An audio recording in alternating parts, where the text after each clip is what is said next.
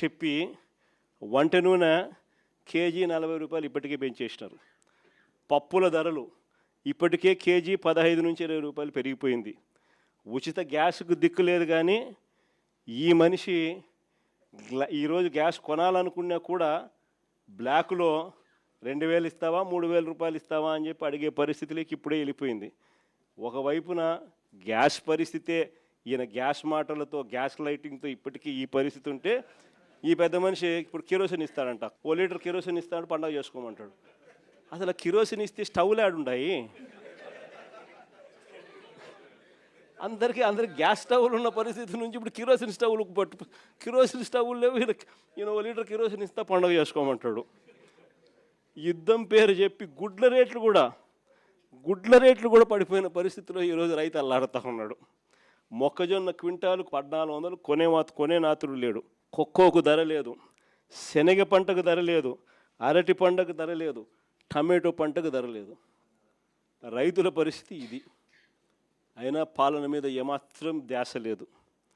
ఈ మనిషి చంద్రబాబు నాయుడు గారి పాలనలో ఈరోజు పాలనంతా ఒకవైపు ఇట్లా కనపడుతూ ఉంటుంది. మాటలు చూస్తే మాత్రం కోటలు దాటుతాయి. ఈ మధ్యకాలంలో మీ అందరికీ కూడా గుర్తుండే ఉంటుంది. మెటల్ స్టీల్ అని చెప్పి నక్కపల్లిలో మెటల్ స్టీల్ అని చెప్పి ఆయనేది ఇచ్చినట్టుగా దానికి బిల్డప్ ఇస్తూ, దానికి ఒక అడ్వర్టైజ్మెంట్ ఇస్తూ దాని గురించి ఈ మధ్యకాలంలో పెట్టాడు.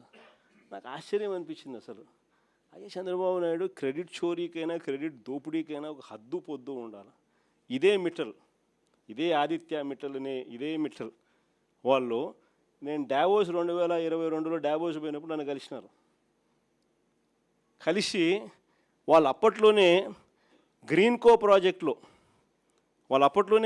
ప్రాజెక్టులో దాదాపుగా 4800 కోట్ల రూపాయలు కర్నూలులో కడతా ఉన్న పంప్ స్టోరేజ్ ప్రాజెక్టులో భాగం తీసుకొని గ్రీన్కోలో 4800 కోట్ల రూపాయలు పెట్టుబడులు పెట్టడానికి ఆ రోజుట్లో డావోస్లో అప్పుడే నా సమక్షంలోనే అవగాహన కుదురుంది.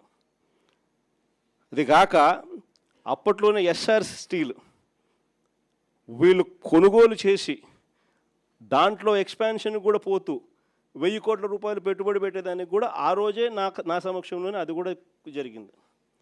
ఇది కాక వీళ్ళను కొత్త స్టీల్ ప్లాంట్ పెట్టడానికి అడుగులు ముందుకు వేయండి అని చెప్పి ఆహ్వానించింది నేను. రాష్ట్రానికి ఆహ్వానించి రమ్మని చెప్పి వాళ్ళకి చెప్పి, వాళ్ళు అధికారులకు కూడా చెప్పిన, వాళ్ళు వస్తున్నారు, వాళ్ళకి ఎక్కడెక్కడ మనం భూములు ఇవ్వగలుగుతామో చూపించండి అని చెప్పి వాళ్ళు రావడము. మన అధికారులు ఫస్ట్ కాకినాడ SCZలో భూములు చూపించినారు, తర్వాత మూలపేటలో వీళ్ళు రావడానికి భూములు చూపించారు.